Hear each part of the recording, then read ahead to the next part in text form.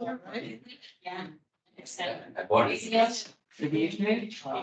now 7:30. We have a quorum, so I will be starting the meeting now. Oh.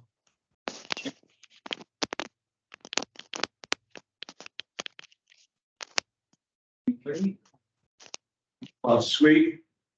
Susan, Tim, could you introduce Carl, yourself? can you hear me? Yes. So introduce yourself with your full name. Well, that's Tim McCarty. And Susan, are you still there? Yeah, I can hear you. Yep. Yeah, Susan Cahalan. Okay, so there's two online, two here, that's 7 week quorum. Thank God. All right. So it's 7:15, we will be able to do our public hearings. First one is the public 23 Cape Road water. Connor, I see that you're here on it. We got your email earlier this week that you have asked for a continuation until our meeting at the second Thursday in May. June. Yeah. Later on in the agenda, after we finish the public hearings, we'll have a different agenda item about request for additional information. So I'd ask you to hold on for a little bit longer until we finish the public hearing section. So I'd like to entertain a motion to continue the public hearing for 23 Cape Road. Second, No, I need a motion. no, I make a motion to continue the public hearing on 23 Cape Road. Is there a second from somebody online? Second. Good, and moved and seconded. Any discussion? All in favor? Aye. Aye. Tim, are you there? Aye. Good, passes unanimously. All right, next one is there, 26 Ralston Farm. We were completing the discussion of a notice of intent from Fred Layham on behalf of Sylvan Springs Realty. Fred, see Fred building and see him online, so we will pass that. Next one is 116 Uxbridge Street, George's Surf and Turf, Mrs. Fishes.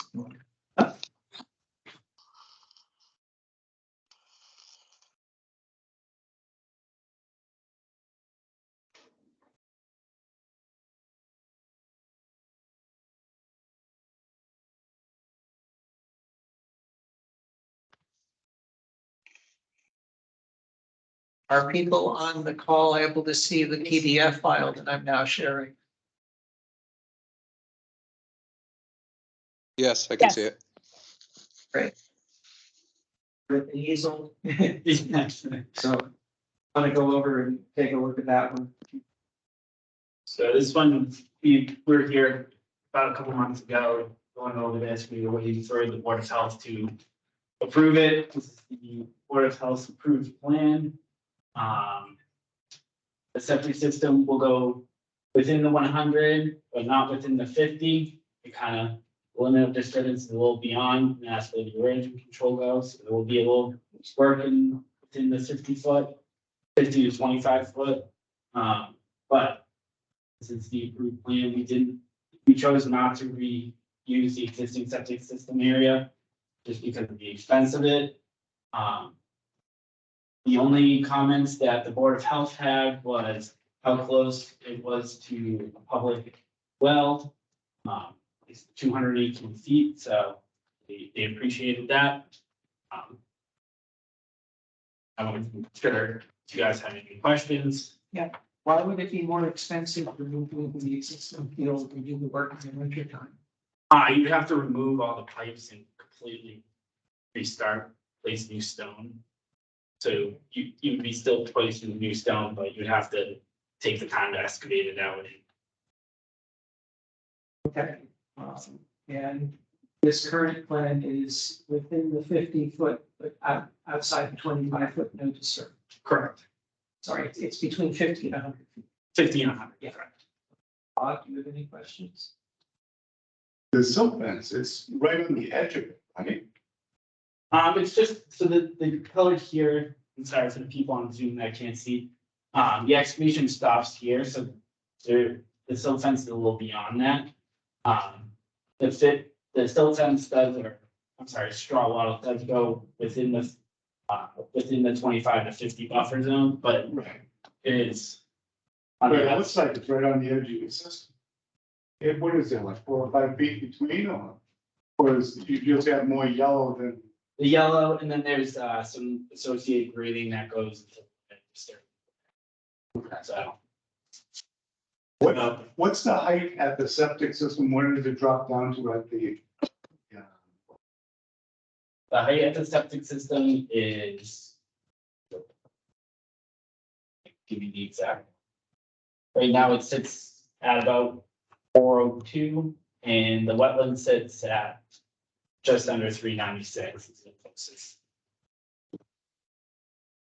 6-foot drop. It's in 35 feet. Mass DEP also had no technical comments, so you know. I forgot to mention that. Yeah, I saw that. That's the other file I have in the folder. He has this explicit no comments down here. And the limit of work stops right at the silt fence. You're not gonna try to grade further. No, That's pretty forested over there, isn't it?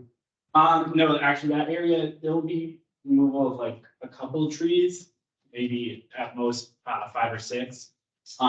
But that would be if we remove them to put out the silt fence, but there should be only removed, should be about 3 or 4 trees. Yeah, what we heard at the last meeting is that you didn't want to move it to the new fields to the northwest because that would result in cutting down even more trees. Exactly. So that's why you're asking to be within the 5,100-foot area. When do they plan to start? So he doesn't need this right away. It's not an immediate thing. He just wants to get it through. He had a Title V inspector out there who approved the system. But we were already in the process of the redesign and everything, so he said just push it through and get it approved, and if it's this year, he'll do it this year, if it's next year, I'll do it next year. Yeah, I'm pretty sure the OOC is for 3 years. Further questions? No, I mean, Susan, Tim, do you have any questions?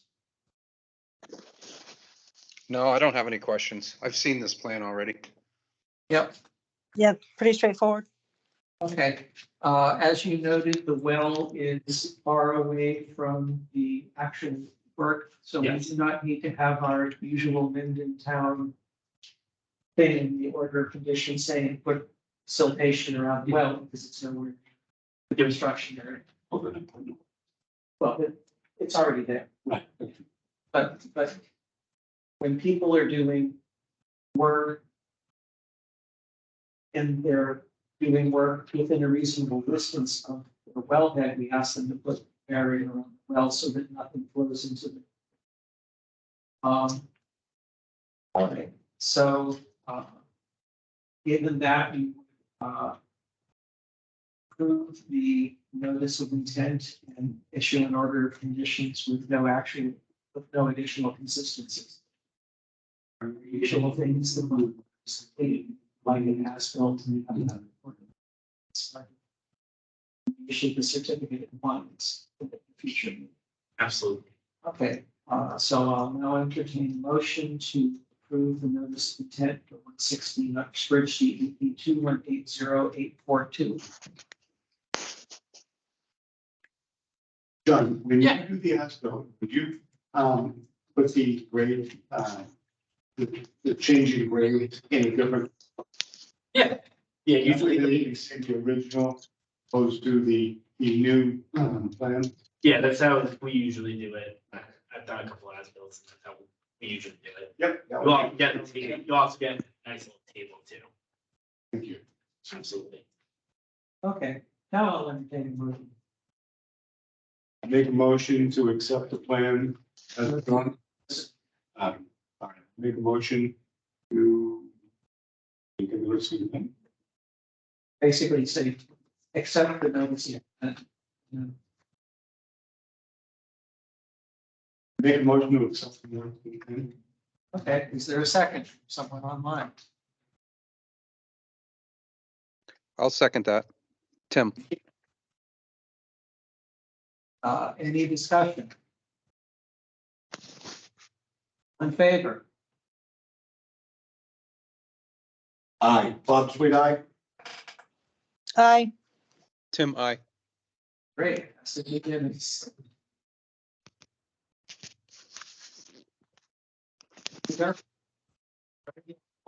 You can draw up the actual order of conditions and drop it off in the annex or in our mailbox. And then at our next meeting, we will pass it around and sign it. Get a copy, since you're not in any time pressure. It's, we don't have to make arrangements to get signed before our next meeting. All right, this one is for 101 Blackstone Street, E 218-0844. Notice of intent submitted on the applicant Mark and Lily LaFontaine by Government Engineer. See, we have the, let me get the right folder up. Blackstone, NOI. Thank you for stacking me. Actually, I'm not sure. I don't have that particular one because it doesn't look like I copied it in here, but I do have. You have a response letter. Correct. Yes. And so that's now going to be in the record and you sent some pictures. So why don't you go and, how about we go through and you explain what the pictures are? You can relate that to where it is on the diagram. So there was, last time there was a concern, that picture shows this isolated wetland. Right here. I It's went south of. south of the road, correct? So that is the isolated wetland.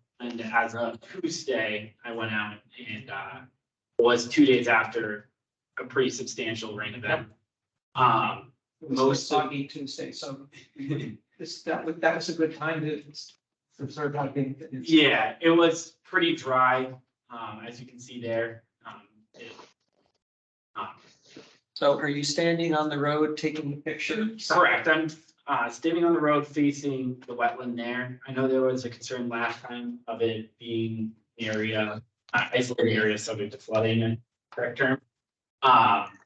And we did out or Goddard Engineering did out the calculation, and the actual one would have to hold 2.26 feet of water.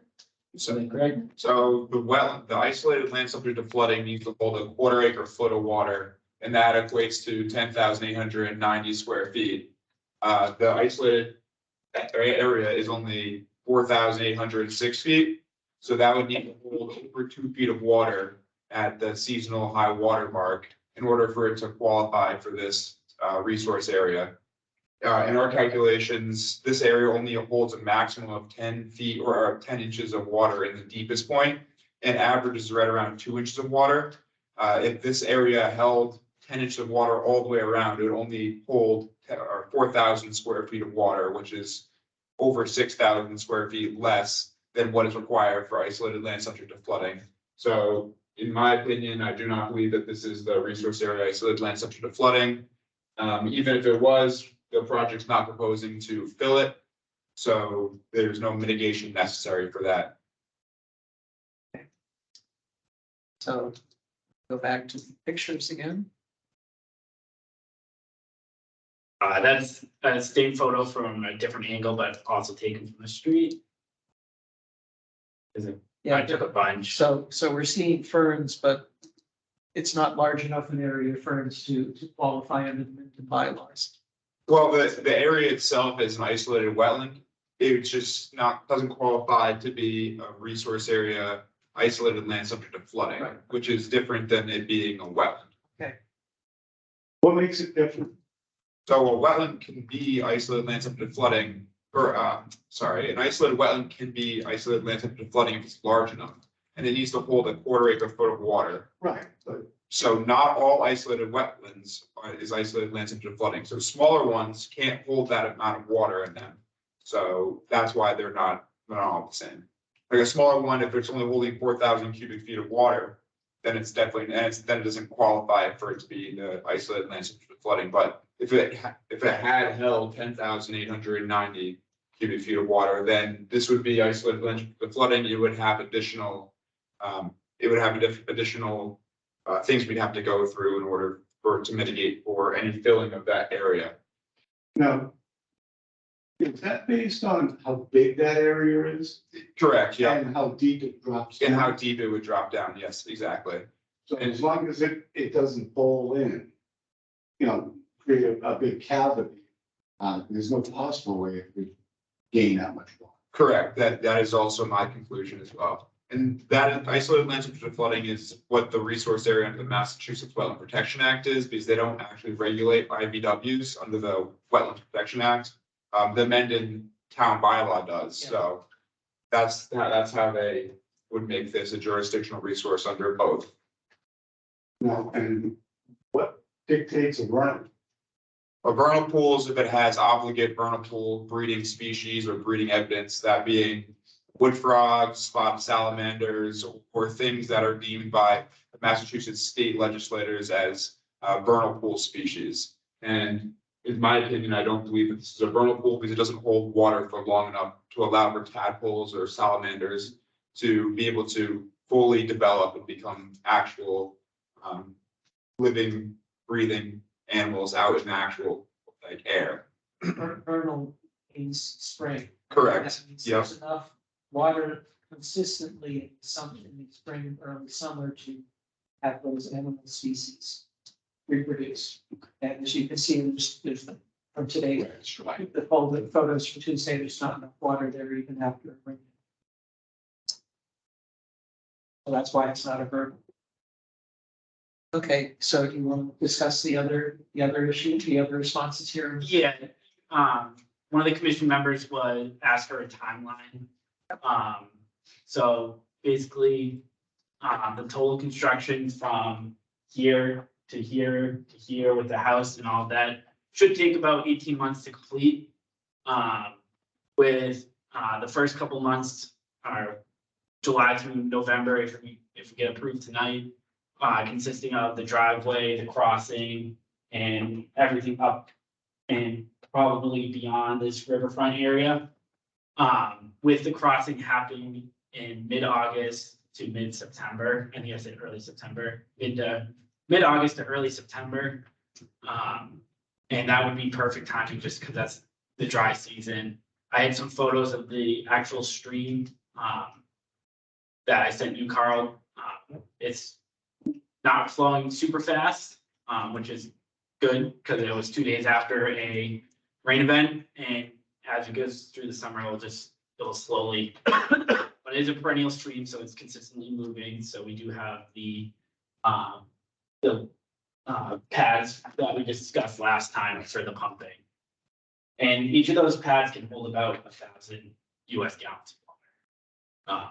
I know you were concerned about it kind of overflowing Right, last you're time. pumping consistent water into those, so. Yes, so Depending on the duration it takes you to get your footings in. Mhm. It's not hard to conceive that 1,000 gallons of water. it would be, yeah, it'd be 2,000 gallons of water, and it's not like it's pooling.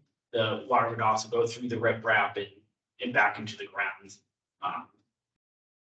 But we did come up with a contingency, was playing with the silt stack, where we would add the silt stack, which helps slow down the flow, so it won't overflow. And then what we'll do is, because the silt stack also contains material, at the end of the pumping, we'll take them, remove the silt stacks away from the resource areas, and dispose of the material in them, and then just throw out the silt stacks. The fines that came Yeah. in. But that will be done outside of the riverfront area and any. The soil that's underneath, is it clay, is it sandy? What's underneath that? I believe it's a fine sandy loam in my opinion, in the wetlands areas, and there's also a organic muck on top of it. The picture shows a nice like sandy to loam perennial stream as well. I was kind of shocked though, actually, how nice the material looked inside of it.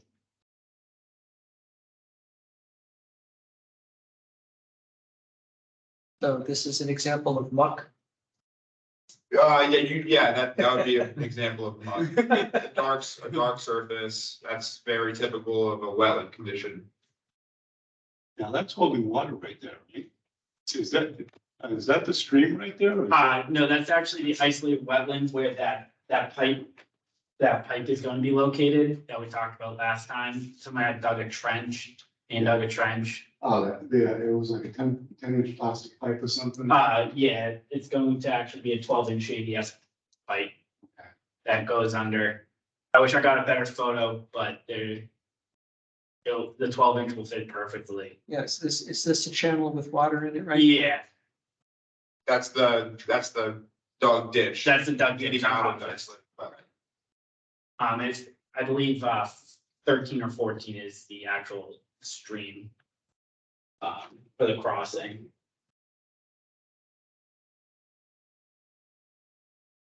There it is. It's kind of hard to tell. Yeah, I guess the pictures weren't as good. Okay. I believe, unfortunately, it was Peter that went out there and took a look at this. Yeah, that's why I wanted to provide some photos to you guys, just in case he wasn't here. Yep. If you guys do want to go out, wear like some tick spray too. I found 8 ticks on me after this walk myself, so just make sure. Easy to look at it. But, and then I know with the response letter, you were concerned about how close the road was, or the driveway was to the isolated. It's 6 feet is away. I know you guys have a 25-foot no touch. But that's not, when you're crossing the stream, you gotta get within that, so. No, it's 6 feet from the isolated here to the driveway. We are also going through one, but you did ask me that question the other time. That driveway's already in, isn't it? It's a cleared path. A previous owner cleared a path. So it is open. That's why we kept it on that path. Just because it is a little closer to the wetland, but we're not taking out even more trees in the riverfront area. How wide is the path now? If I had to guess, it's about probably about 10-15 feet. And It's pretty substantial. At the end, I'm sorry. how wide do you want it to be at the end? Um, At the end of the project? 18 or no, 50. 16 feet, So you're basically staying in the same foot. staying in the same footprint, correct. And if anything, we would go to the right of the wetland and not towards the wetland.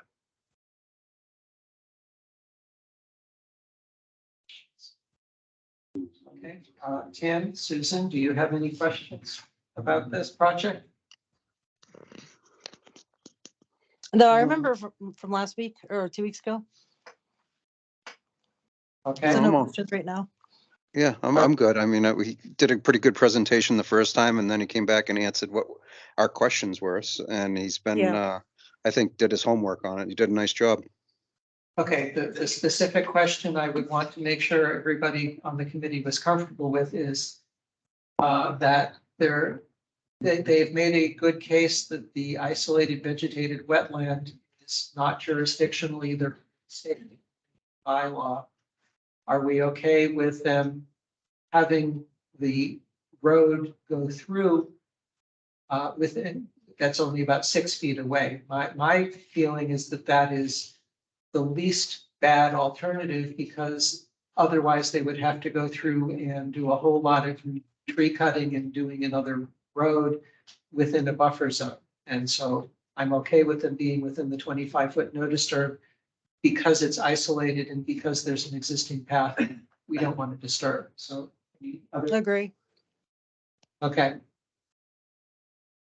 Okay, so, the other thing we would ask is, so the order of conditions, right, would be, to, as this with no additional considerations, what we would ask is that after that there be a notification after you get all of the siltation and other erosion control in place, send an email to Concom, and then I would be able to notify in case they wanted to go out and do an inspection prior to them going in with the machinery and doing the grading. Okay. And I know there's an inspection fee. I'll make sure that we send you that check as well. I don't have a clearance. I have no idea. I have a record, of all the checks and stuff, so I'll just double check just to make sure we're keeping in line with what. John, that 6 foot area. Yep. Do you mind putting silt fence on wattles? No, we could even do double straw walls, but if you want us to do silk fence instead of double straw walls, we can do. It'd be nice just to have the silt fence for the height Okay, and then the wattle. okay, Because it's so close to the wetlands. okay, I will, Working on that road, Mhm. most likely the silt that's coming off of that road when you're grading it yep, is going to go sideways. Or just dust coming up on the road. Yeah. Traffic's going in the dry summer months, the dust will yep. work its way in. I would make that a condition then, because it's not on the plan, Okay, so I would add that to condition. all right, so the motion would be to accept the order of conditions with additional condition being added that in the 6 foot area next to the isolated vegetated wetland, that there would be double something, double wattle. Double wattle or a silt fence and wattle, Okay. So it's- double protection. Yeah. Silt fence and wattle for that stretch of the path that is getting turned into a driveway. So I will entertain a motion in that respect. I make a motion to accept, You can just say I so move. I so move. Great. And that way, whoever writes up the minutes will take what I do and append it to the fact that you actually made that motion. All right, I need a second from someone online. Second, Susan seconds it. Any further discussion? All in favor? Tim, Aye. I, Susan?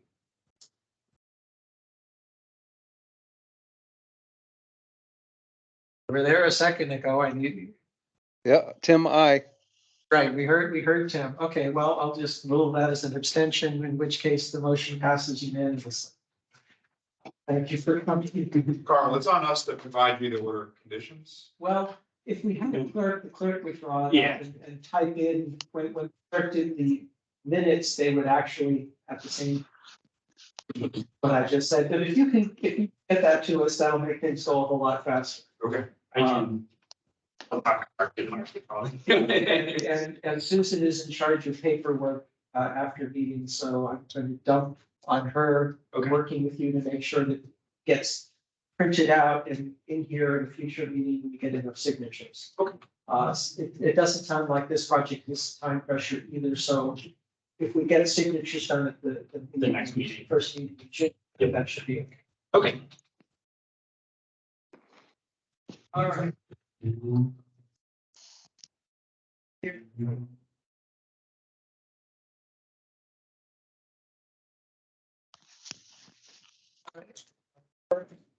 First, you, remaining the agenda item 7, 106 Millville Road, opportunity to discuss that.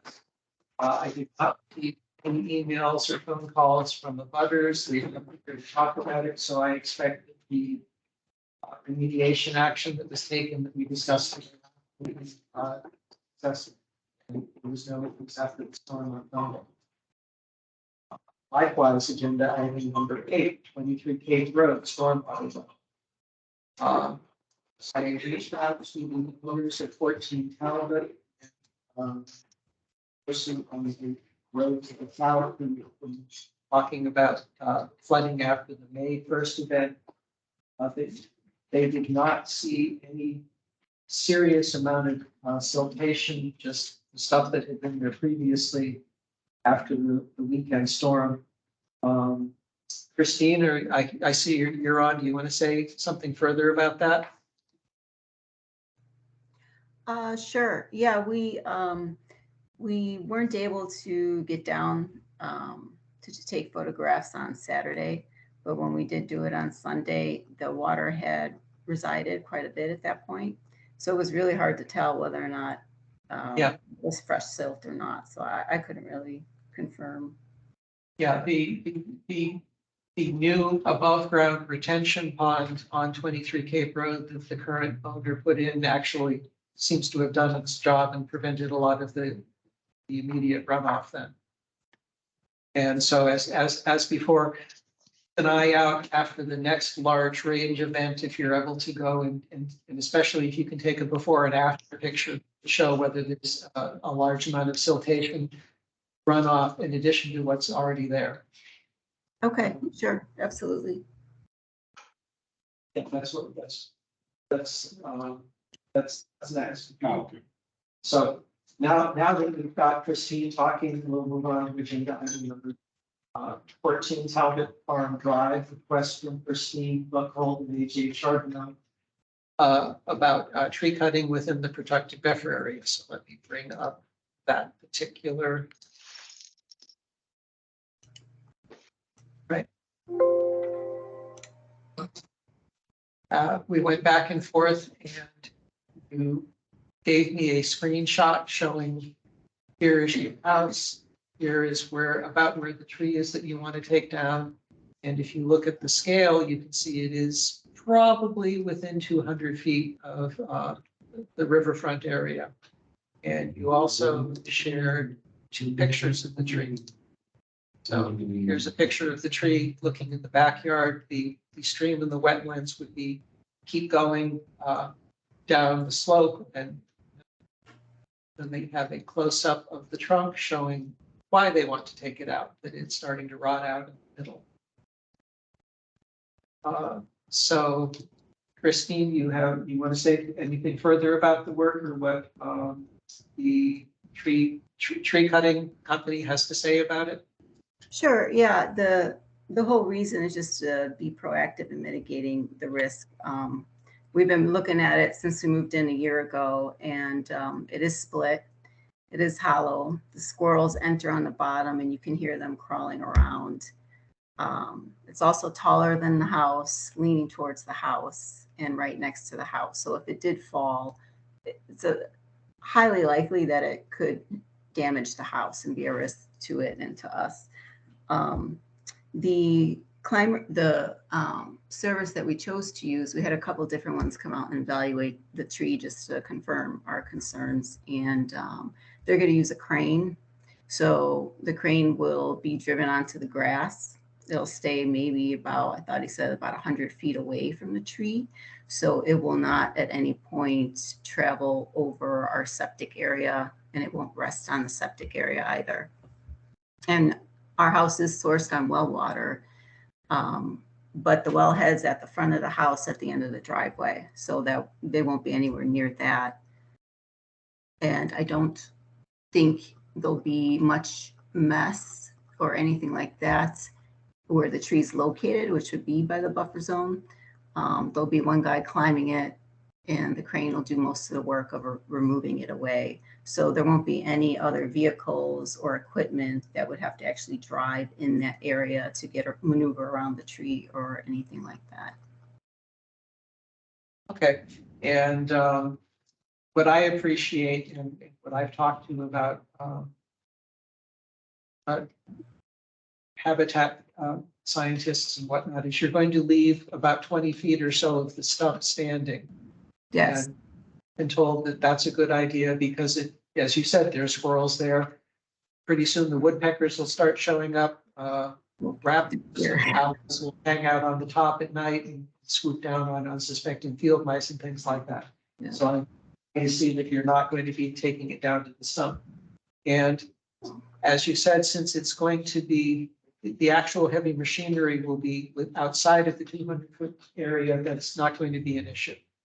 Okay, So my understanding is that we would be able to come up with some paperwork that will be given to the tree service, basically pretty much saying that their expectation is that the heavy machinery would stay more than 200 feet away up in the grass area. And again, Susan, this is something I'm going to be asking you to take up in terms of paperwork. To find out whether the tree company is comfortable with just an email from us, or if there's a particular town or state form that they would like to get. And then we would sign that at our, or come into the, and get it signed. If you have Okay, a, yeah, just send the details because I'm not near a computer. Yeah, is there a specific time that you're expecting to try and get this done? I think you said the first week in June. we, yeah, they held an appointment for us on June 1st, pending that Okay. we can email them some form of approval from the commission. Okay, if they just need an email, I can write that. If you send me their thing, if they want a form, then Susan and I will work with you to see about getting that, that prepared, and I may end up signing that as chair. Okay, I think the email will suffice. We can confirm that in the morning by phone with them, but I'm pretty sure that she did say that would be okay. So send email to concom@mendonma.gov, and then I'll respond to it sometime over the weekend or Monday or Tuesday. Okay. Okay, thank you. Christine, what are you doing with the tree? Are they grinding it up on the street, or are you, where's the tree that's being cut down? How is it going to be disposed of? Right, I'll confirm the exact details, but I do know the crane will move it towards the street. I do think they'll have a wood chipper on site and probably some type of flat bed to haul debris away, to further cut and haul it away. I can confirm with them the detail on whether it'll do a lot of cutting on site or if they'll haul it away and do it, if that's what you're asking. Yeah, I'm just asking whether or not it's just going to get dropped and left, or they will, when they're done, it'll be gone. It'll be gone. Yeah, we're not having it left. No, they are going to dispose of it with them. It looks like a pine, so it would make good firework, especially the part that's rotted. It's hollow, yeah. Okay, thank you. And my final thing is to thank you for coming ahead of time and asking about it rather than just going and dropping the trees and having something show up. So thank you for being good citizens. No, thank you. All right, we'll now move on to, 101 North Avenue Conservation Restriction. Proposal for Metacomet Land Trust. Asking the Mendon Conservation Commission to hold a conservation restriction on the Vandersloot properties, taking the action required. So I have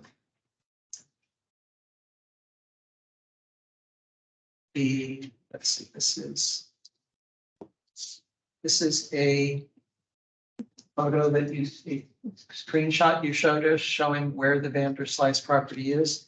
This is North Avenue running north and south. This area right here, just north of it, is the existing conservation area that's the farm. So the farming area is right here. I live over here, so I'm familiar with the area.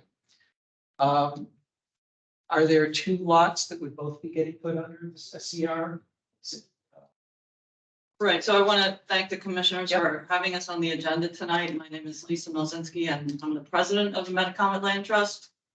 And we've done quite a bit of work in Mendon, but it's most of parcel 109, which has a bit of frontage, and then all of parcel 101.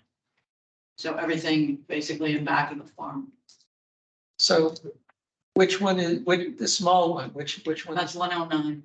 Okay, so 101 and then moving further away from the center of town, that's 109. Right, the So- one that abuts the existing restricted property. Yeah. Okay, so is part of this restricted now? Okay. That whole piece is gonna go into the conservation? conservation restriction. Except for the buildings at the front and a 3-acre parcel as part of 109. It's also frontage. Mhm. Everything else will be in a we're hoping in a conservation restriction. So this section right here is the 3 acres you're talking about that's outside the red. Okay, and that's where the houses and buildings are. And then I assume there's another structure here, That might be another lot. Okay, somebody else's house, but the parcel goes all the way to the Hopedale lot. As I wrote, this is all in core habitat. yeah, it looks like that's another lot right there. And 103 is a lot. Vanderslice. Vanderslice.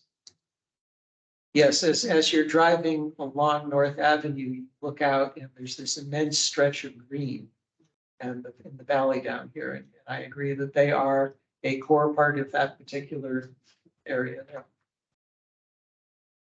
It's a terrific view shed. Great habitat.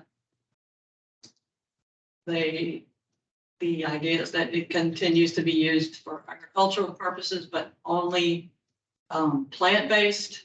There will be no livestock, any kind of animals raised for consumption. Will not be allowed. Is farming considered a permitted use under the CR? Yes, One of the things that I saw is no hunting. Is that a requirement as well? that's what they would prefer. Okay, so it's the owner, the owner, homeowners want to have a no hunting CR restriction put into the CR. Okay, that makes sense. Right, the Vandersluises will retain ownership. Yes. And, But- and it would pass to their heirs sometime in the future. Or it could also be sold. But the restriction runs with the deed. Okay. And,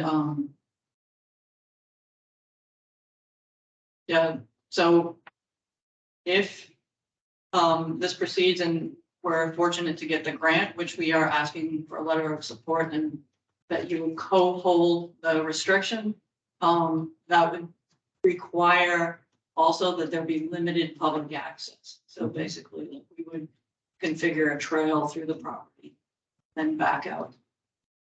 Now, would there be any consideration for community farming on that? I can ask them, but at this point, and Well, it was mentioned that it was for plant-based operations only, so. right, but it would be not, That's the owner getting to be planted, so. no, but also it would not be for multiple users. It would be if it was used for agriculture and somebody wanted to just grow lettuce or something like that, that could still happen. Or a, Right, like it is currently being used for. But it wouldn't be basically community garden or there are plots, basically, right? Individual plots that would. my next question is, what are the duties and obligations of the Conservation Commission? We are co-holding with Metacom. So what we are asking is this grant requires us to show partnership. And we've worked with the town on several different opportunities for conservation of property.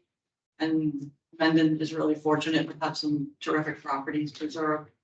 So, and we understand, especially tonight, that you don't have resources to do a lot of these things. So we would invite you, all the commissioners or your agent to come out to do an annual inspection. Yes. And to make sure that the restriction is being adhered to. We don't want to see any infringements, encroachments.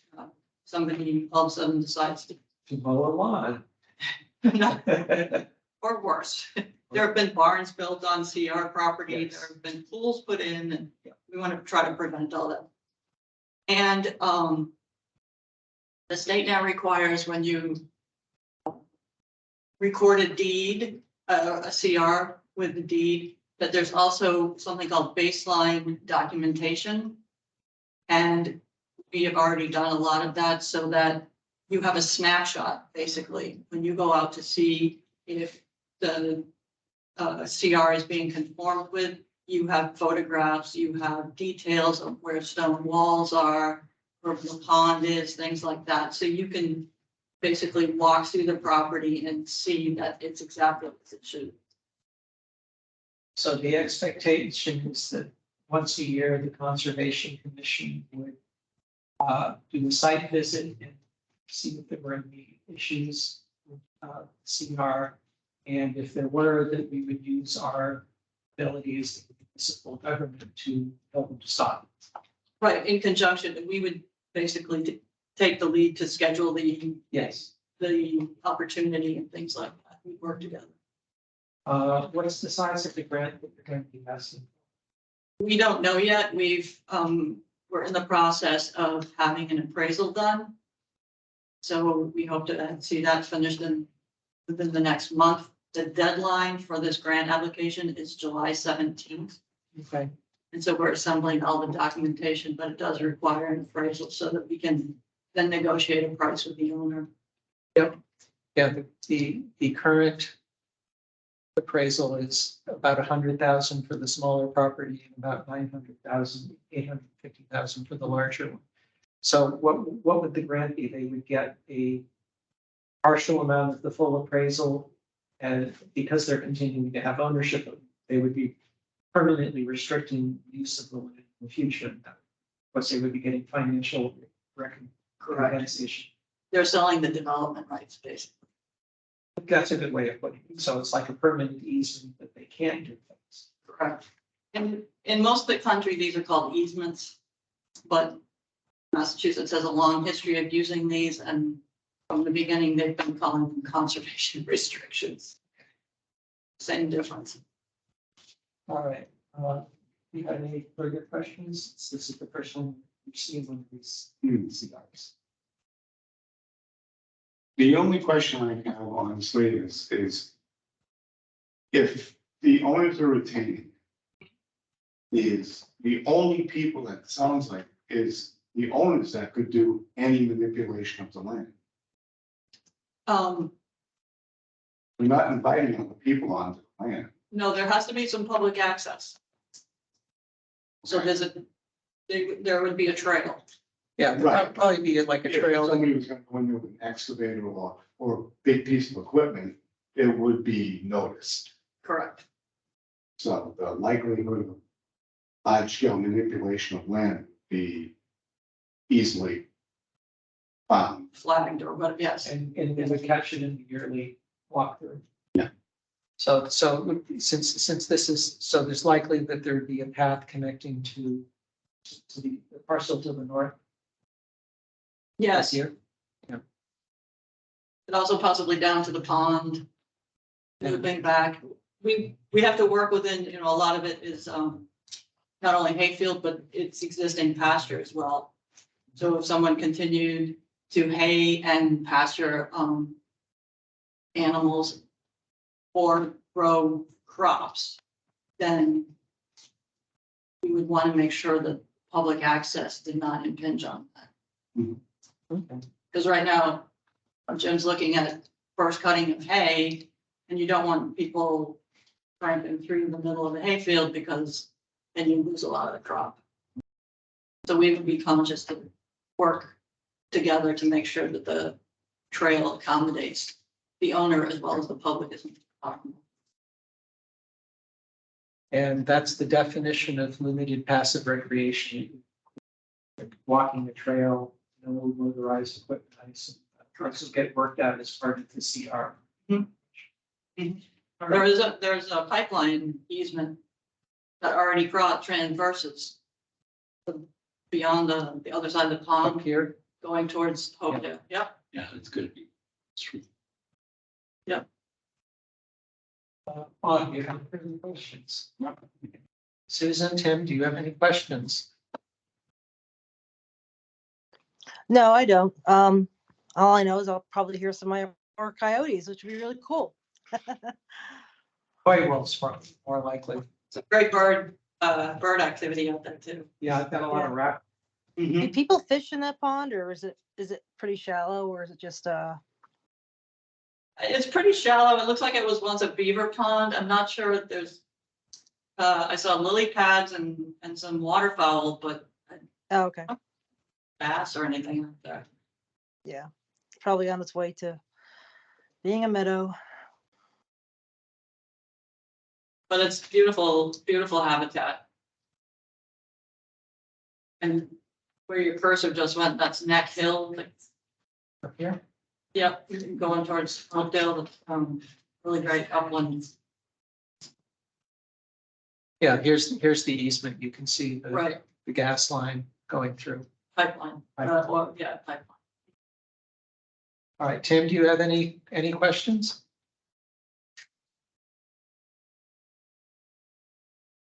Okay, so the request is that the Conservation Commission prepare a notice of intent to co-hold the conservation restriction with Metacomet Land Trust and get that to you long before the July 18th final deadline. Just to be, it's not a notice, it's just a letter of intent and. Okay. Yep, letter of intent. Okay, I will work on preparing that. If else is involved, let me know if you have a draft that I can copy from, or if you want to prepare something and look at it and review about getting it signed. I do indeed, Okay, if you so vote. yes. Okay, so since I'm all in favor of this, I'm gonna do something I usually don't do as chair. I will move that the Conservation Commission sign a letter of intent to co-hold the conservation restriction with Metacomet Land Trust for the two Vanderslice properties. Is there a second? I'll second. Any further discussion? All in favor? Carl says aye. Aye. And I will assume Tim is abstaining, so it passes unanimous. Thank you very much. So send something to concom@mma.gov and I'll monitor that and work with you on preparing the paperwork. Whether it's just me signing it or if we come back at the second meeting in June, if we have all of the people sign. Thank you very much. Yep. We look forward to keeping you updated. Yep. Have a good night. I'm going to skip down to agenda item 14, which is the existing conservation restriction, approach possible restriction by the road. I have them to go out and talk to the homeowners. It's on my to-do list for the next 2 weeks, so see about getting that and I have a meeting with them. And whether questions from the community, audience about 85 more. Yeah, I saw you were on. Yeah, hi. So did you say that you're going to meet with them in the next 3 weeks? I'm going to see about making time to get actually go out and give them a call and see about talking with them. Yes. Great. Do you want like Patrice Murphy possibly to go with you just because she knows where the borders are? Yes, I will check with her and you via email on contact. Yeah, great. Yep. Okay, that sounds good, and let me know what happens, please. Okay. Thank you. You're welcome. All right, going back to agenda item number 11, 10 Old Taft Avenue. This is a violation here regularly regarding construction of the stone wall and work with the requirement within the protected buffers of the Lake Nipmuc. I worked with Peter Kaufman on preparing a letter to be sent to the homeowner. We identified who that was, but I was asking Peter a couple times in the past couple of days whether that actually got sent. Does anyone know whether that was sent or so you can hear representing the homeowner? Okay. So, since I haven't been able to get a hold of Peter, we will move this to the next agenda and make sure that the letter was. It's addressed. I can't, Yeah, I get it. I delegated it to Peter and he's not here tonight. Wasn't able to get any feedback from him at the center. Sorry about that. So my question to you is, so do we go ahead and get the DEP involved? Because nothing's okay about that. Yes, if you feel that it is a serious condition and we haven't been able to take action quickly, Mass DEP is able to take. And I just have one more question on it. I didn't see a DEP sign out there anywhere. Yes, There were no wattles, right. not a speck of hay, not one thing out there, and they were digging the lake out. Yep. Not okay. Yes. One of the things that I'm hoping the Lake Task Force and my representative to the Lake Task Force will be able to talk about is first, public awareness of you're not supposed to do that. And second, one of the things that was discussed at the previous meeting was whether it's acceptable for people to put sand on the beach. Right. And there should be a question. This is balancing between the homeowner's ability to have a reasonable amount of sand instead of muck in their backyard, as opposed to, well, they're dumping stuff into the lake area. I get that, but actually But that's- going in with an Yeah. excavator, Right, well. That was when I notified, because I was just like, are you kidding me? That's the difference. It's like the initial report we got was they were just perhaps putting sand in there, but now you're saying, no, they were taking. They didn't put sand in the lake, they dug the lake out, because I think they were told, hurry up and do your job, get it done. And then in the end, deal with it.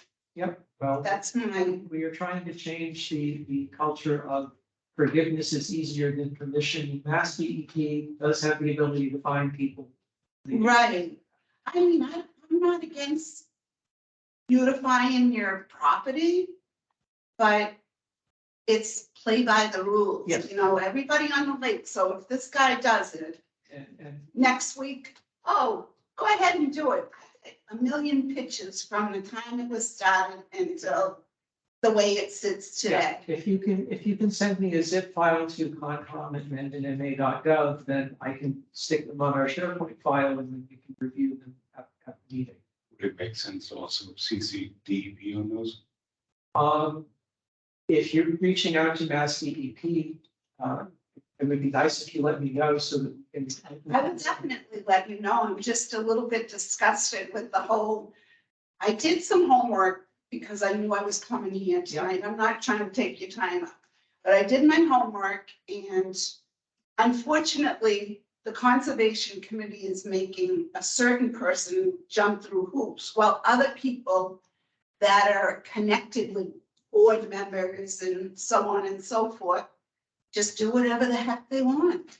Right. That's actually, we're trying to change that. And I agree, Greg Buckingham was in here and he's worked with us very closely. He's about to demolish the house on Capitol 16 and build a new one. He was very careful to come in with this plan. We talked with him on the course of several meetings. That's an example of the citizen on the lake following the process and getting engaged with us. And that's quite different from what you're describing as someone who just said, hey, I've got a backhoe, I'm gonna scoop stuff out. He hired somebody, wouldn't you think a landscape would know the rules if they were gonna do the work? Yes. Okay, I but moved it here- doesn't matter, I moved here 7 years ago, so I'm, and I've been here all my life. Yeah. So I've watched the shadiness of the people that have been on boards in town do whatever they wanna do. Yep. So it's very frustrating to try to keep the Lake Association to work to better the lake when people just come in and do whatever they want. and I have two responses to that. The first is, we now have a lake task force. Mhm. So there is, and the Lake Association has a seat on it. So that's a place where you can go and actually start talking to people on the town boards. We'll then go back to the Conservation Commission, Board of Health, Select.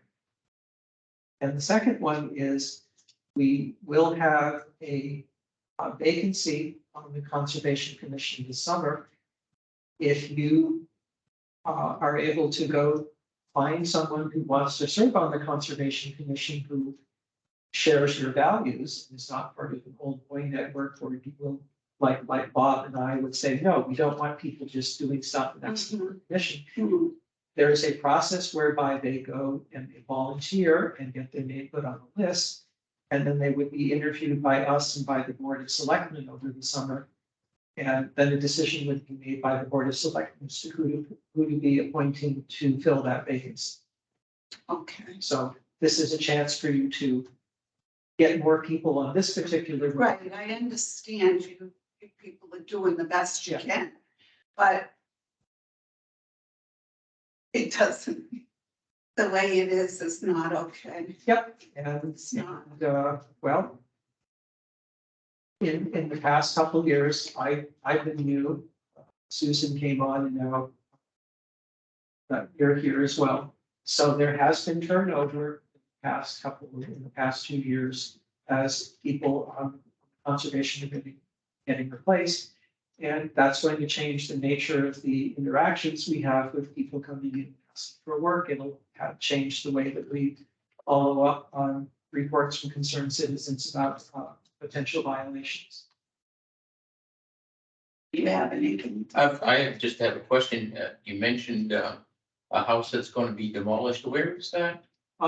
It's Greg Buckingham's, So 35, yeah. yeah, he went through the whole process of getting a demolition permit and he crossed all the Ts, talked to everyone in the town. It's on Taftco, not 16. Yeah, I'd have to go look it up. Let me see. If you go look at our old agenda, Okay, you can see, yeah. you can see that he's got that in there. so if it's the same one I'm thinking of, like, you're making him put like a system in to collect the drain water even off of his house when you're not going through with every, the houses that have been built in the last 6 months have not had to do that.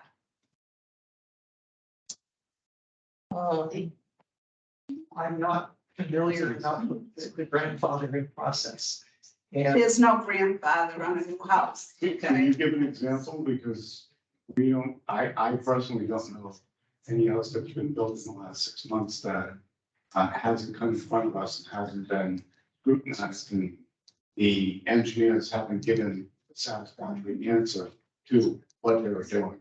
What I want to know though is everybody required to put the system in to collect the drain water off of the houses to go into a system so it filtrates into the ground? Is that a new thing that you're doing now? If the rainwater isn't able to be absorbed into the ground by running over the grass, then it has to be captured so that it doesn't just run into the lake or create erosion problems that would end up in the lake, yes. Okay. at the moment, the Board of Health is responsible for new construction, reviewing their site plan in terms of their well and their septic system, and making sure it doesn't impact the lake. The Conservation Commission hasn't, I don't recall it any big time reviewed new construction plans on the lake, but this is definitely something that Bob would hear about as part of the Lake Task Force. And so my hope would be that task force would be, it's supposed to be a central place where everybody in the town is able to say, yep, here's something going on the lake. At which point he would find out about new construction, he would be able to come back and say where the house is on the lot. Is this something the Conservation Commission is concerned about runoff from the impervious surfaces of the roof, and if they have an impervious driveway? Another thing to consider is if the house is out, or the amount of work is outside of the 100-foot buffer, then we don't have a whole lot to say. No, it's not. It's very close to the water. Um,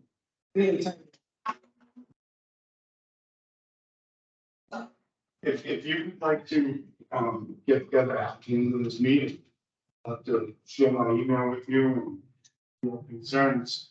I might want to take a look at concerns that, No, I just think people need to play by the rules and what's right is right and what's wrong is wrong. And there's a lot of stuff going on that should not be in this town. everything should be even, Right. even keel. And I agree with that 100%.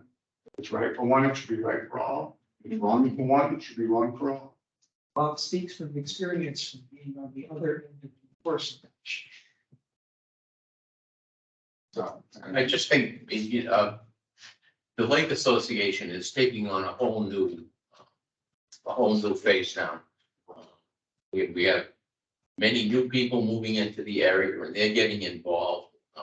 And then some of us that have been there for years. And I think we all have the same common aim is to keep this resource as great as we can. And just make sure that, as Linda said, that everybody does what they're supposed to do. And I think that's the task force. I think that's going to be a great avenue. Back to committees and back to us. Because there's so much that can go wrong in that lake. We really have to work rather expeditiously to keep it. I mean, we were closed a couple of times last year for E. coli.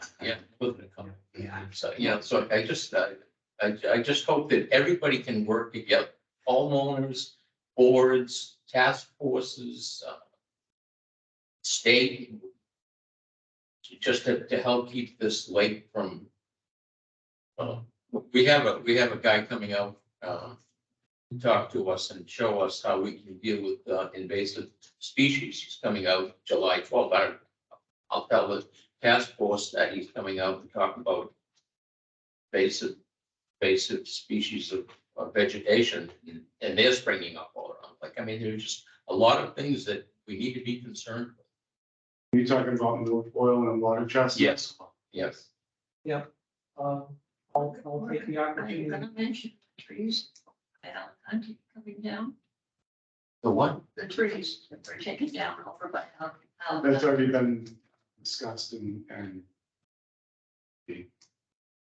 Talking about two. Yeah. the pastures, yeah, there was- Or was that on the park property? Yeah. Yeah, I'll quickly do the other two lake activities on the agenda. The first one, we do have correspondence from Sandra Taft regarding sand and gravel operations, 7 Day Club. Whether it's jurisdiction of the Conservation Commission. There was a conversation going on between several town departments about, she reported that there was an excessive amount of grinding, rock demolition and crushing going on, and it was flowing into her property across the street. The town zoning people decided that was allowable use for various reasons. And my statement was that since there is not a report of silt and dust and other fines flowing into the lake, it was a jurisdiction for the Conservation Commission. So that may be something the Lake Task Force looks at, whether they want people to be able to grind rocks that closely to the lake, and whether you want to pursue that further. The other one is agenda item 13, the lake early weed treatment. I'm working with Dan Byer, make sure that we get the contract signed for the yearly lake treatment. Dan will be working with water and wetland. Upton, we're doing it. We have a line item, and they're not using all of it for this lake treatment. The rest of the money would be if during the treatment or later in the year, they discover invasive species problem, there's an algae there is money in the town budget that we are not spending immediately. Now, it would be helpful if it happened before the fiscal year ended, but then we just had a town meeting for the next fiscal year, there's more money in the budget as well. So the conservation committee, the task force, and you would be involved if there is a report of something that rises to the event of needing to have treatment or other activity. Going back to what Joan said, the other issue, the cutting of the trees over in that area that you have dealt with that? Yeah. Okay. The issue was, there was a disagreement as to whether they were dead, alive or dead, and whether they were a hazard. Problematic trees. And yes, they were giving shade, but whether it was a serious enough issue that they needed to come down. And it happened. We did have a pushback with them on, they did not have their erosion control siltation. While it was set up a place where they originally stated in their notice of intent that they would have them. We went back and forth and they quickly corrected it. And then, so the work is continuing. So, Okay, So I think what you guys will see is we're actively trying to make sure that everything comes back to it gets addressed before it becomes a problem. right. Right. is there a meeting set for the Lake Task Force? Have we met already or still on schedule? We're gonna meet within the next 2 weeks for the Lake Association itself, but the task force. I know the appointments were made last week. I've been waiting for an email or anything that states when a date is, so that. Go above the Board of Selectmen and say, asking them. You know, even if it's not a task force and it's a meeting that you guys are gonna meet, the only way I'm gonna get to know all of you and what your wishes and concerns are is by meeting with you. So You're more than welcome to come to the association meetings. You can get together and. That's the second Tuesday of the right, month. and that's what I was saying earlier. Before you leave, I'd like to either offer my email or get some of yours so that we can start corresponding back and forth and get some kind of rapport on where we want to go. Okay, I'll You wait. should have been sworn in though already on the task force, because our member already was last week. I thought the whole committee was coming to have that done. He's already sworn into the Concom, that may be sufficient, depends on what the Oh, that nature could of the be. task force Right. is, what Yeah. the controlling. It's kind of a weird quasi thing. It's normally, if you have a bunch of town committee people getting together, you don't allow one privileged outside organization to also be. Yeah. So it's kind of weird how the select board is structured. I'll stay with you too, Joan, because I had her. I'll stay with the information if you want. Okay. If you- Okay. I don't have it, but that's all right. I'll get his and we can correspond that way, okay? All right, kid, all right to get home by yourself? Oh, yeah. Good enough. Thank you. Thank you for coming. Okay. Take good care, my girl.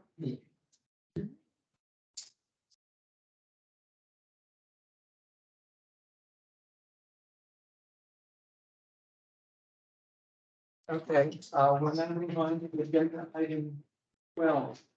Burlington Gate Road, request for additional information. Susan, you online? So get off mute and talk. So we just. Susan, are you there?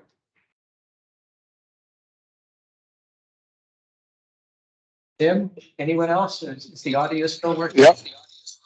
Okay, Yes, so no, I can hear you. okay, can you? Yeah. Oh, okay, great. So can you speak to, I'm still on mute. Susan, you're still on mute? Okay. Yeah, sorry, Oh. I'm still out at the Hanscom job site, so I'm in and Okay. out. Okay, are you able to see the screen presentation? Yes. Well, I'm saying, Susan, are you able to talk?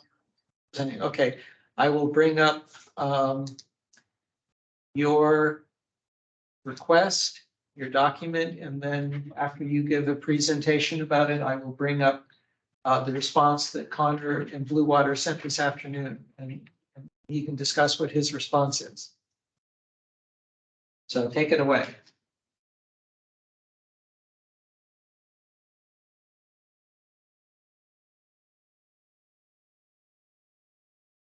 No, we're not hearing anything. Susan? Hello? Yep, yep. Are you? Okay, hi. Now we can hear you. So go ahead with your talk.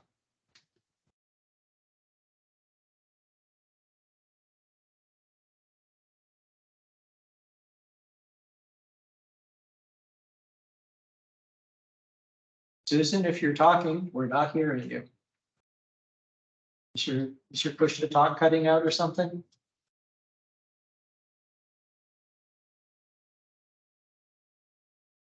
Yeah, she's obviously having audio problems, Carl. Well, I'll defer that for another 5 or 10 minutes. Go on to another item. All right. Let's see. You're here for, I don't think it's an issue at this point, 58 Milford. Okay. All right, as I said in my email, if you want to correspond with me and we can have a discussion at the meeting in person. I'll go through the other correspondence items that have happened. That's pretty quick. The company that is doing the development for the town hall campus is going to be having an open house site walk on June 13th at 9 a.m. and Mazar sent out an email.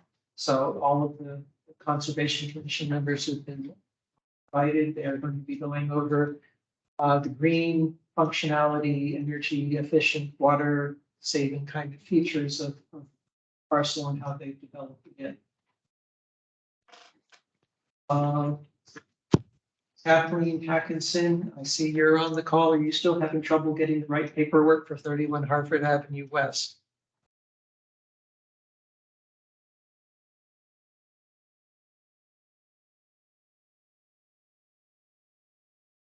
Okay, she's there, but I'm not hearing a response.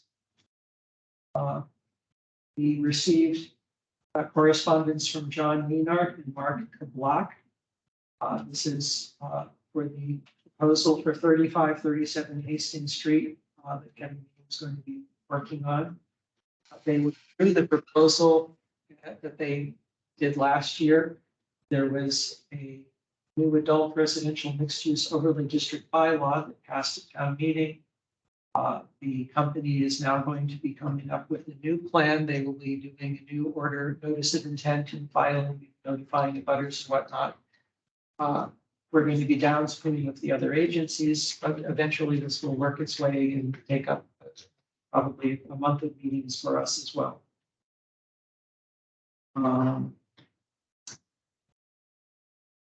We received some manuals and reference material from MACC that looked to be something that our previous clerk ordered. Chuck, our HR person, has reached out to Maya saying, hey, we've got stuff here. If she doesn't get any response, they'll just sit in our reference library. Might be interested in taking a look at something. There's enforcement manual, a pocket guide to look at wetlands things. Previously, there was a report about the animal control officer did a site visit at 36 Washington Street, reported on activities that might be within the protected buffer area. I reached out to the homeowner, Belinda Eaton, and had a phone call with her. She's decided that it's just as easy to build her new stable or other horse structures outside the buffer zone as it is because her property is big enough. So that will not be that's another example of reaching out proactively instead of having her build something and then worry about it. Concom finances. I have here an envelope with a bunch of checks that are too old. I need somebody to volunteer to contact the people who submitted them a while ago and say, can we please get a new check cut and see whether they're willing to do it. The checks that were cashable have been deposited and tracking numbers have been set up in the paperwork so that when we do get a clerk, the clerk will be able to books getting balanced. I also dropped off the bills for our newspaper account where people submit public notices in the newspaper and the bill for beaver catching. And those are going to be getting in the process of getting paid. I have heard nothing further from the select board or the town group about what we're doing with hiring a new admin agent. I'll see if I can find time to come to town hall at the same time as other people at town hall. With Kim leaving in a couple weeks, there's a lot of running around and she's very busy with the transition for that. But I'll see what I can do in terms of getting some more hours. We're behind on making our minutes public. At the moment, we have the videos up on YouTube, but we really need to have something in writing as well as keeping track of all of the stuff I dumped on Susan. All right.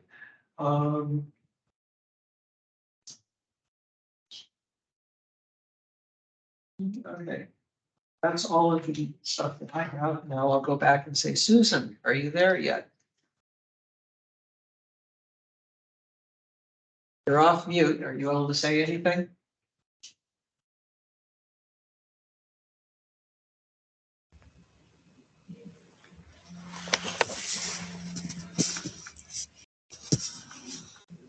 Kathy, I hear no speaker. I'm still waiting for paperwork, a missing page, or is that all set? As far as I know, he needs the copy of page 6. Okay, and I think Susan said something in email about getting that to him. But as I said, we can't get Susan at the moment. Right.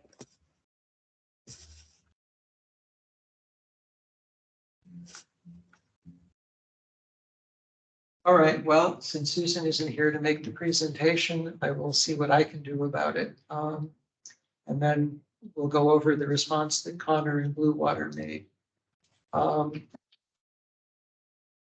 The research that Susan has done over the past couple of weeks was written up in this document. I'm not going to try reading the whole thing because I don't understand a lot of it. But it was a question of whether or not the large scale project at 26 Cape Road in conjunction with the other development that's happened there, whether we have the expertise and whether the existing peer review done by the company that Blue Water had to do the peer review was sufficient to meet some of the concerns that Susan and other members of the committee had. And she listed a couple of different things here. Since Susan isn't available to speak to them, I will switch over to the document that we got from Blue Water. Great, I don't want to see that. Yeah, much better. Okay, so Connor, are you finally long-sufferingly able to talk? Sure am. Okay, so I will put up the email that you sent us. And if you could address the specific issues that Susan raised in her document. Sure, happy to. I can address, so I'll address the three specific items she called out. They're really more clarifications, all of which we've presented in previous public hearings, but happy to re-clarify each of them. And then chat a little bit about just the peer review and kind of what's outstanding as far as we see it. But the three specific items, first of which was the alteration of the riverfront area. The comment was that the ENF, which is a MEPA document, Massachusetts Environmental Protection Office, that we had to submit to them, showed an approximate 3,900 square feet of riverfront alteration, whereas the NOI that we submitted to the Concom shows a 7,678 square foot riverfront alteration. The plans that were submitted to MEPA were preliminary plans, whereas the plans submitted or that were used as the basis for the 7,678 square feet were fully engineered plans. So it was just more advanced design, and the updated plans show that 7,678 square foot of alteration that we've discussed, the two areas, one of which being the outfall that we were proposing additional riprap to improve existing conditions, and the other of which proposing a landscaped berm as opposed to a retaining wall to, which would have accomplished staying out of the riverfront area. We thought that that would have been preferred versus current condition of, already disturbed riverfront area. So that's the first item. If you want to scroll down. Ask a question about this. Feel free. Since the MEPA review was done on a preliminary plan, is there an obligation that they do a second review of the updated engineering documents? There's not, unless there's a significant difference in impact. This is less than 4,000 feet we're talking about. That's not significant as far as they're concerned. So no, to answer your question, no, there is no obligation unless there's a significant difference in impact. What would significant be, like adding another 40,000 and not just 4,000? I can check exactly what would trigger that, but more significant than the difference we're talking about here. Okay, yeah, if you can be prepared to come back at the next meeting in 2 weeks to say, just to tick off the box that MEPA doesn't need to do a second review. Okay, I can potentially do one better and just submit and say, hey, this is the actual impact, and have MEPA just give a read and say, no, they don't need a review. Okay, all right, either way. Okay, scrolling down to the buffer zone issue. Okay. The buffer zone issue. So this was just, I think it was misread by whoever was reviewing it.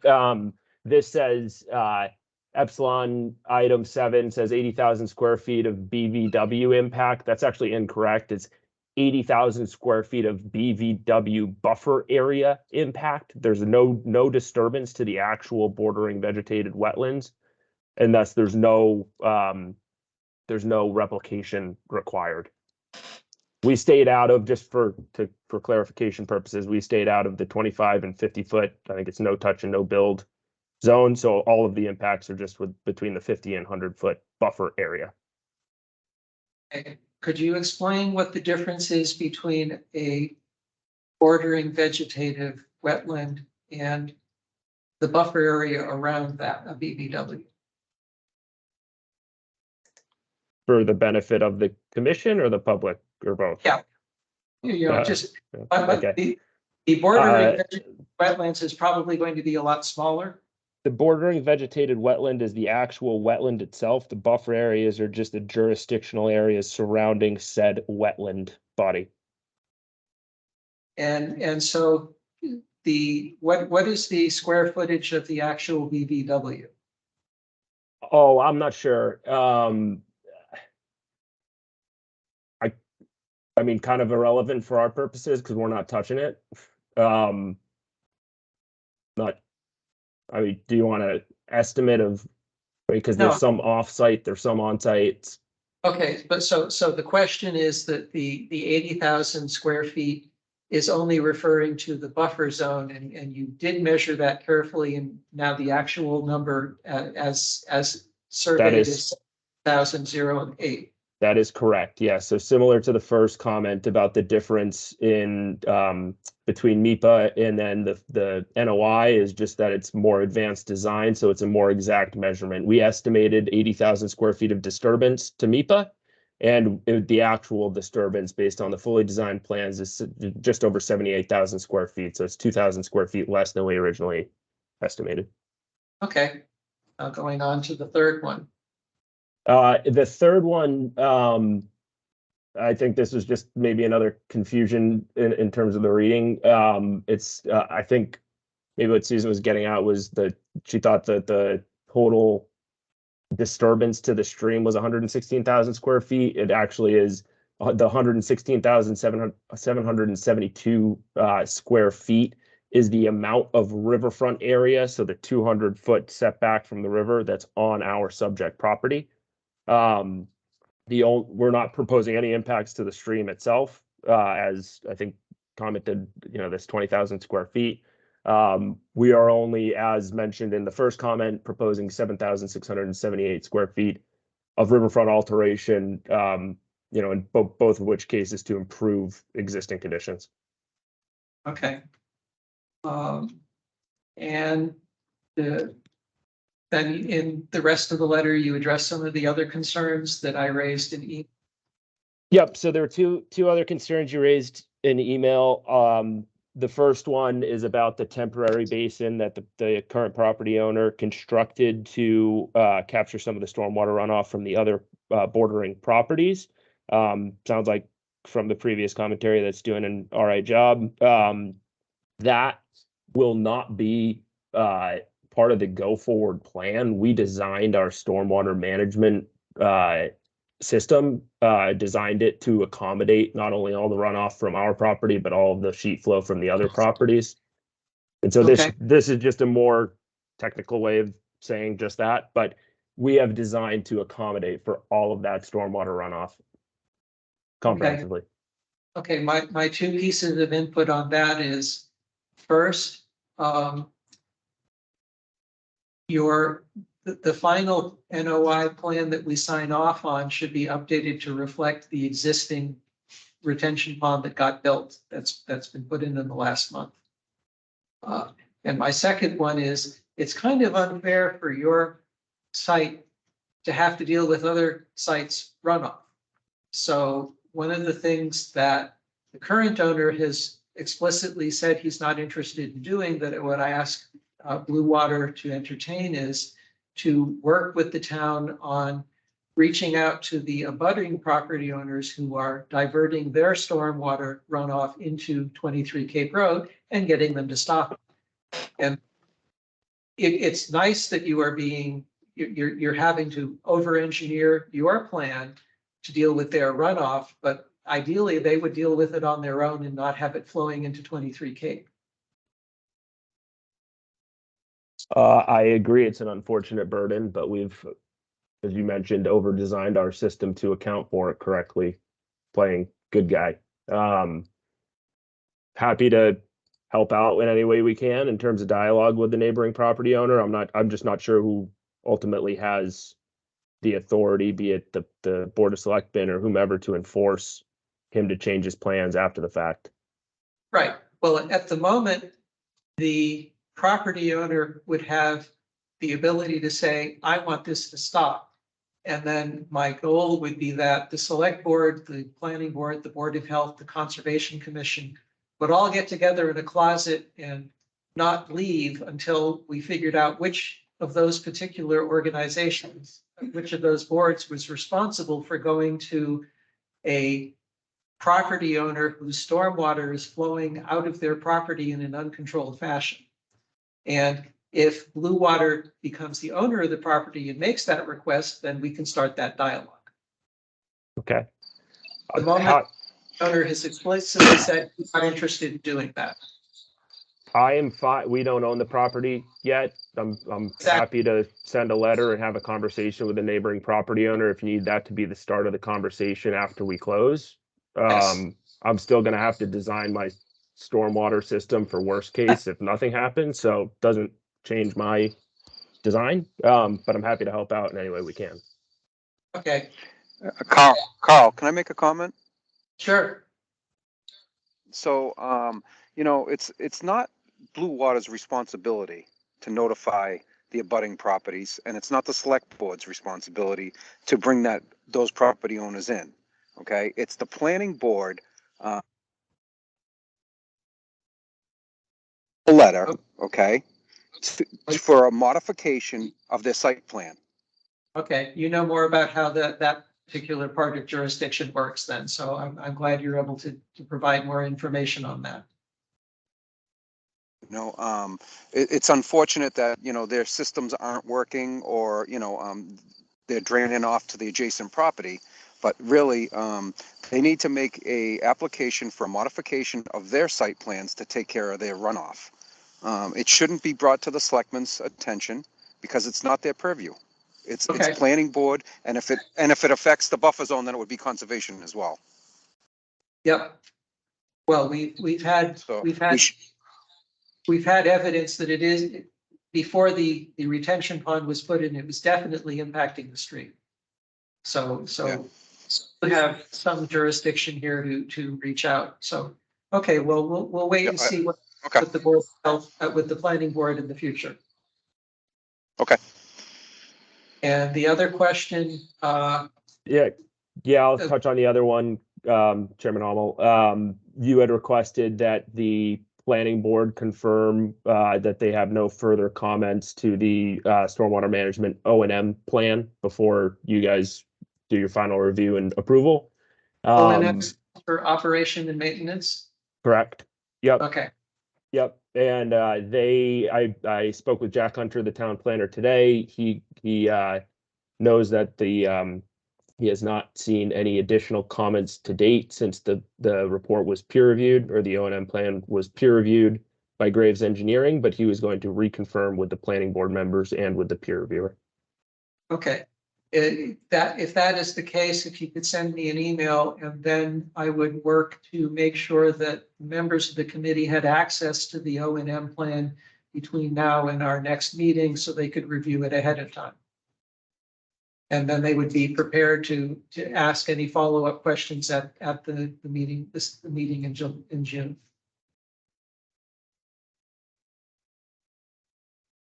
All right, I will now check and see if Susan is back yet. Susan, are you still there? Are you not there? She must be us. Because. Well, I just saw some static coming in, but we're still not hearing Susan talking.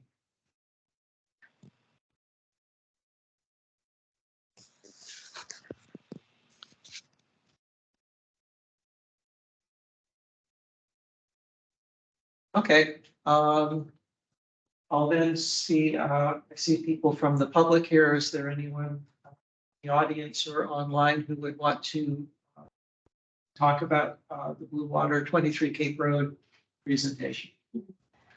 Maria Fackner, 14 Edward. Can you come up to the microphone so people on the call can hear you? Yeah, I'd love to talk in the microphone.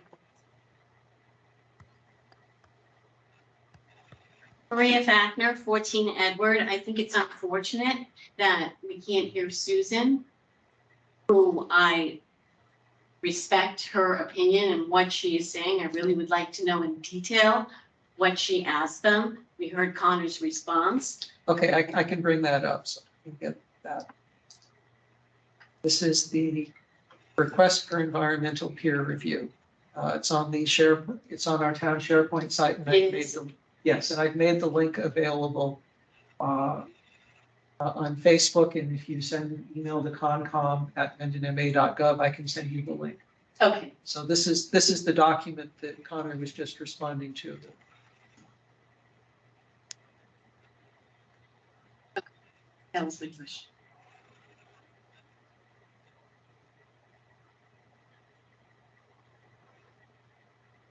Thank you.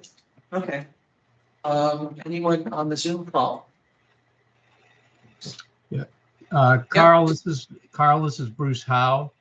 Yep. I'm just curious as to why Blue Water would have submitted incomplete plans to MIPA.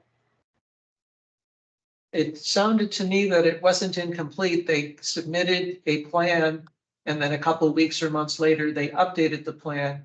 And the question that I have now asked and Connor has agreed to do is he's going to submit the updated plans and see if they have any But further. Connor, is that?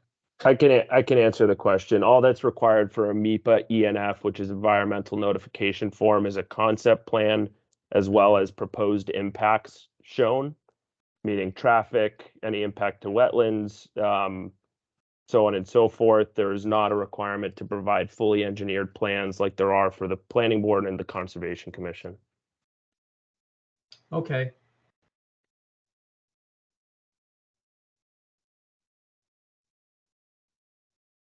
Bruce, do you have any other questions? Not at this point. Thanks, Carl. Okay. What I was hoping to do would be to have a more serious conversation about peer review. However, since Susan is the driving voice on the committee in favor of that, and she's not available, I don't really think I can do anything one way or the other, that particular thing. Especially since if she's not available, we don't have a quorum anymore. And so we would not actually be able to take a vote on whether to require an external peer review or not. So due to the vagaries of technology or whatever problem Susan is having working remotely, I don't think I can take action on that at this particular time. And again, this is unfortunate, but that's the circumstance with people traveling and having real life and things like that. So is there any further discussion about the 23 Cape Road Blue Water project people want to make? All right. Chairman Hummel? Yep. This is Connor from Blue Water.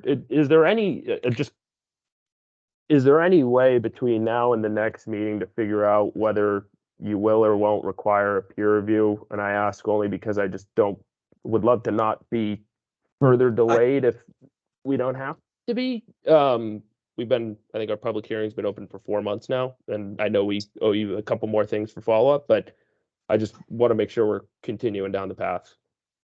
Yes, what I will ask is that Susan correspond with you directly and perhaps have a voice phone call with you, and the two of you can have more of a conversation on that. I don't want to say, I don't want to commit to saying we are going to have one or not going to have one. I'd like for you to have a dialogue with her. And at the very least, you would know if it's going to be coming up for a vote at the next meeting, or if she decides that it isn't necessary or not. That will also give more of a chance for members of the public to have a chance to review what Susan has written. Unfortunately, she wasn't able to get that to me until last night, and I wasn't able to post it to the members of the commission and public until this morning. So it was a very short notice for that. So it's just the way short. So what I will do is I will follow up with Susan when she comes back online, or chat with her tomorrow and ask her to reach out directly with you through email or voice. We have your phone number on the email correspondence. Okay. All right. I believe that concludes all of the items on the agenda. Is there any actions that people wish to bring up otherwise? If not, I'll entertain a motion to adjourn. I make a motion to adjourn. Jim, can you second that, or did you? Yep, I will second that. Okay, moved and seconded, no discussion on a motion to adjourn, all in favor? Aye. Aye. Okay, passes unanimously. Thank you for coming, and I hope next week's the meeting in June is less chaotic than this one. Thank you very much.